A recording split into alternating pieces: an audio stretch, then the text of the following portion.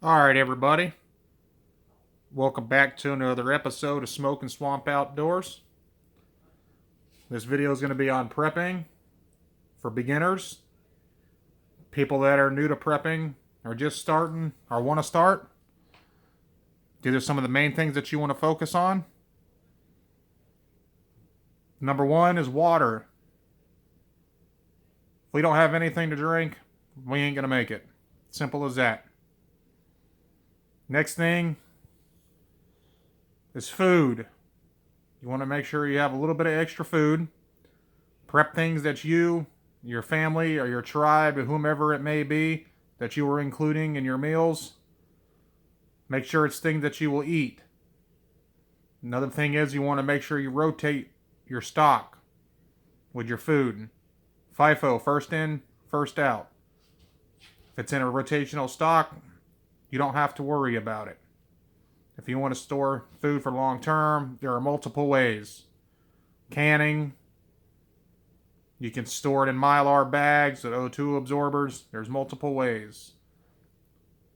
We are going through some of our stuff, so I figured I'd make a quick video on things that people can do to start preparing.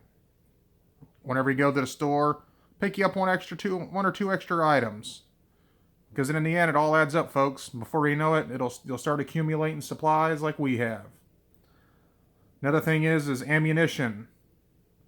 If anybody carries a Second Amendment or has a Second Amendment, which I highly suggest people do if you are able to, because if you ain't got a way to protect what's yours, then what's the point? Next thing is sanitation. In the SHTF situation, most deaths are going to be because of sanitation issues, people dying of infection and everything else.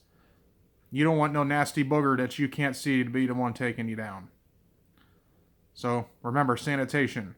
Bleach is only good for about 6 months, folks. Remember that. 6, maybe 8, if that. Anything longer than 6 months, you want to get pool shock. That's what we do around here. We're not a professional. We're just showing everybody what we do. Pool shock, make sure you store in a really good area, somewhere it's not going to leak, exposed to moisture and stuff, because that stuff is highly corrosive. But sanitation is huge.